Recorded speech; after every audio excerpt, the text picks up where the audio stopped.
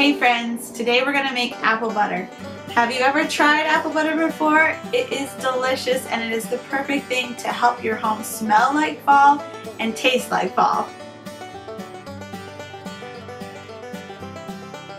The ingredients that you will use in apple butter are, of course, a bunch of apples, some apple cider or apple juice, some sugar, some cinnamon, and some cloves. I'm going to use this handy dandy tool to cut and peel my apples, and I'll show you how it works. Make sure you pull the bar back, look at the 3 prongs, find the core of your apple, stick it on, and make sure your peeler is up so that it peels your apple.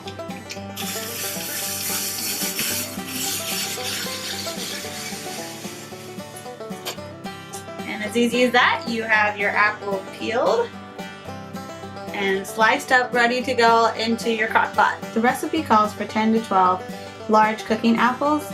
I did 15 apples. I just like to make sure my whole crock pot is filled full of apples.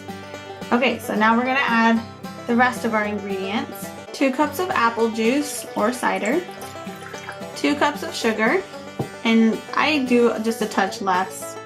The recipe actually calls for 3 cups, but I do 2 cups and sometimes I do a little less than that. 1½ teaspoon of ground cinnamon and ½ a teaspoon of ground cloves. You'll want to try and put all the sugar down a little bit.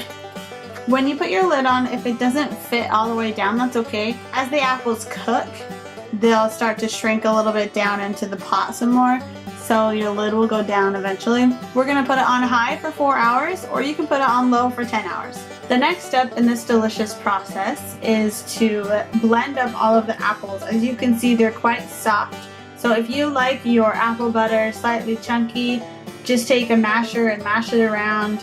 But I like mine very smooth, so I'm going to use an immersion blender and I'm going to blend it up. The last step of the recipe is to put the lid back on and let it simmer again for about an hour. If you like your apple butter thicker, you can leave the lid totally off. I just put my lid halfway on and halfway off to keep some moisture in and allow some moisture to escape and thicken up. I put them in little baby jar containers because these are what I'm going to give my neighbors and some friends for Christmas this year.